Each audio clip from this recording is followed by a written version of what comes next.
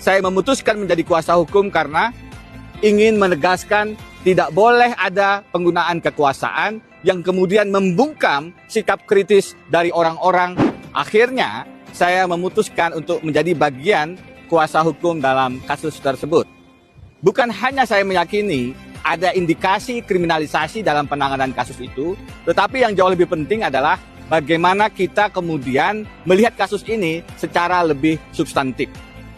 Ini bukan hanya persoalan pidana, sebagaimana pasal-pasal yang dituduhkan. Lebih mendasar dari itu, ini adalah persoalan konstitusionalitas, bagaimana penegakan hukum harus merdeka dari berbagai kepentingan termasuk intervensi kekuasaan. Dan saya berpendapat, persoalan tersangkanya Roy Suryo dan kawan-kawan bukan semata masalah ijazah palsu mantan Presiden Jokowi atau hanya pidana. Lebih mendasar dari itu adalah isu konstitusionalitas yang harus sama-sama kita hormati jika ingin menjadi bangsa yang besar.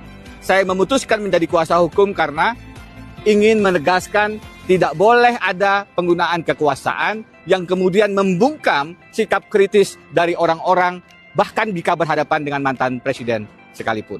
Karena itu, saya memutuskan untuk menambah perspektif hukum tata negara, bidang yang saya geluti, politik hukum, bagaimana kemudian relasi kekuasaan dengan hukum, tanpa kemudian mengenyampingkan isu-isu hukum pidananya. Terima kasih Bang Karni. Jadi sebenarnya izin kalau boleh saya tambahkan, memang kalau hobi di pengadilan itu memang iya Bang Karni, sudah sejak dulu. Cuman hobi di pengadilan itu memang selalu berpindah-pindah. Kadang-kadang duduk di kursi itu selaku ahli ITE juga gitu. Kadang kemarin juga masih diperiksa di sidang pengadilan KIP, ya, Komisi Informasi Pusat, ya, selaku ahli juga. Tapi juga di tengah-tengahnya diperiksa selaku tersangka gitu. Ya namanya kan tergantung pemeriksaannya, tergantung kasusnya Bang Karni. Biasa saja dan nggak apa-apa kadang-kadang jadi ahli, jadi tersangka. Wong ada yang jadi terpidana sudah 6 tahun saja masih bisa bebas jalan-jalan kemana-mana dan dadah-dadah gini Bang Karni. Sylvester Matutina. Ya itu kan udah terpidana 6 tahun. Kasusnya juga sama. Pencemaran nama baik. Tapi kan dia juga nggak ditangkap. Dia bebas jalan-jalan menghina peradilan Indonesia dan menghina masyarakat. Nggak ketemu atau nggak ditemukan atau memang nggak dicari Bang Karni. Tapi memang ada bedanya Bang Karni. Kalau di kasusnya Sylvester, saya harus ngomong itu. Itu adalah kasusnya sama. Cuman bedanya korbannya atau yang melaporkan Sylvester itu negarawan. Namanya Pak Yusuf Kalla, JK. Dan kita pernah memperbincangkan di sini juga waktu itu ada Prof. Hamid Awaludin juga. Pak JK pun sebenarnya berhak kalau mau menggunakan pasal-pasal yang lebih. Tapi kan kenegarawanan beliau Bang Karni itu kan hanya menggunakan pasal 310, 311. Nah ini bedanya dengan Jokowi Bang Karni.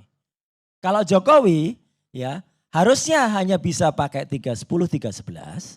Tetapi tiba-tiba entah bisikan setan apa yang kemudian masuk ke telinganya.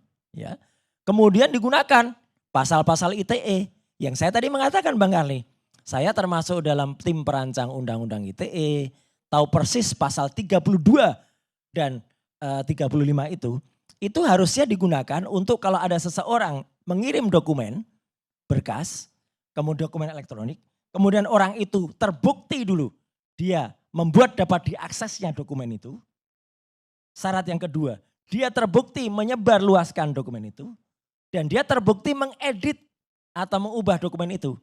Kalau dokumen yang tadinya asli kemudian dipalsukan, misalnya saya transfer ke Bang Karni 1 juta Bang, tapi saya ubah nolnya dengan rekayasa komputer digital jadi 10 juta dan kalau dilihat pantas. Dan kemudian ketika saya tagih, Bang Karni saya kemarin transfer 10 juta loh, enggak bisa. Roy kan kamu hanya transfer saya 1 juta. Nah itu saya bisa kena Bang Karni. Karena saya mengubah dokumen elektronik. Nah dalam kasus ijazah palsunya Jokowi ini yang lucu. Lucu banget Bang Karni. Kalau menurut saya. Sri Mulat saja kalah lucu ini Bang Karni. Karena apa? Saya kemarin ketika diumumkan disebut telah melakukan editing Artinya saya dianggap mengubah dokumen elektronik dan kemudian merekayasa bahkan menyebarkan gambar yang sudah direkayasa itu. Ini yang paling lucu. Karena sebenarnya Bang Karni izin nanti mungkin saya mohon bisa dibantu teman-teman produser. Gambar yang saya olah pertama kali itu justru pertama kali itu adalah diposting oleh orang namanya Dian Sandi Utama. Itu pada tanggal 1 April 2025. Mungkin bisa ditayangkan gambarnya yang diposting oleh Dian Sandi Utama. Jadi itu dia posting tanggal 1 April 2025 di akun X dia, di akun Twitter dia. Dan dia berkata pada saat itu, buat yang ributin fotokopi ijazah Pak Jokowi yang ini gambarnya seperti ini kalau belum tayang ya. Gitu. Nah, buat yang ributin fotokopi ijazah Pak Jokowi yang saya upload pada UTAS ya, biar kalian tenang lebarannya. Ini saya upload yang asli, dia menuliskan begitu. Dia memastikan ini asli. Satu Bang Karni. Nah ini adalah yang saya dapat kalau ini dari hasil dari KPU. Bukan yang ini, yang lain dulu. Ya, ini akhirnya apa? Saya dapat yang resmi ini dari KPU kalau yang ada pada monitor ini. Mohon bisa tampilkan yang ini. Jadi artinya gambar yang... Halo teman-teman, berjumpa bersama saya di Politik Dangi. Ya.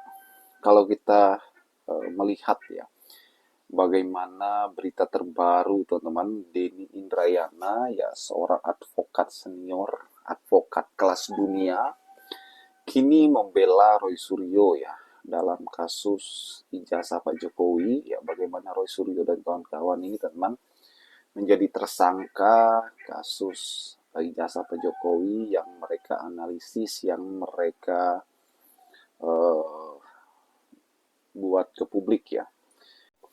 Kata Denny Indrayana, ini adalah kriminalisasi terhadap Roy Suryo dan kawan-kawan teman-teman. Dan ini kalau kita melihat ya, memang sangat-sangat panjang sekali kasus ijazah Pak Jokowi ini teman-teman.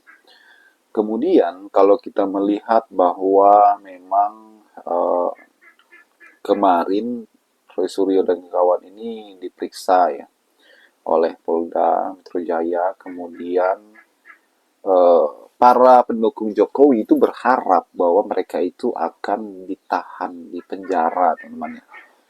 Dan kemudian harapan mereka itu ternyata gugur, mereka kecewa lantaran Roy Suryo dan kawan-kawan ini malah keluar juga ya. Ini kan adalah yang membuat kita semakin yakin bahwa apakah benar ya, kasus yang menjerat Roy Suryo dan kawan-kawan ini ya tidak separah yang kita bayangkan ya. Artinya mereka bisa keluar gitu. Biasanya teman-teman tersangka itu ya kalau diperiksa ya itu langsung ditahan, langsung baju oranye ya. Nah ini kan tidak teman-teman. Artinya bahwa apakah bukti ataupun pernyataan Roy Suryo ketika diperiksa oleh tim penyidik ya, apakah bukti-bukti yang mereka bawa itu kuat ya sehingga mereka tidak ditahan ya kan. Inilah yang membuat kita semakin penasaran ya. Denny Indrayana ya dari luar negeri mengatakan akan bergabung dalam tim kuasa hukum Roy Suryo ya, ini luar biasa teman. Bagaimana Roy Suryo ya didukung oleh pengacara-pengacara handal ya, pengacara yang luar biasa yang menurut saya, pengacara yang kondang ya, apalagi sepak terjang dari Denny Indrayana ini sangat luar biasa teman. Bahkan kemarin kalau kita melihat bagaimana sengketa-sengketa pilkada ya, kepala-kepala daerah, Denny Indrayana itu adalah kuasa hukum yang membela banyak kepala-kepala daerah, bahkan menangani kasus-kasus besar. Dan kita semakin yakin ya bahwa di pengadilan nanti ya, Roy Suryo dan kawan-kawan ini akan menang ya. Semoga saja teman. Kemudian bagaimana dukungan demi dukungan yang diberikan oleh masyarakat terhadap Roy Suryo dan kawan-kawan ini terus mengalir kepada mereka teman-teman. Ini kan meyakinkan kita bahwa Roy Suryo ini akan bebas. Bagaimana menurut kalian?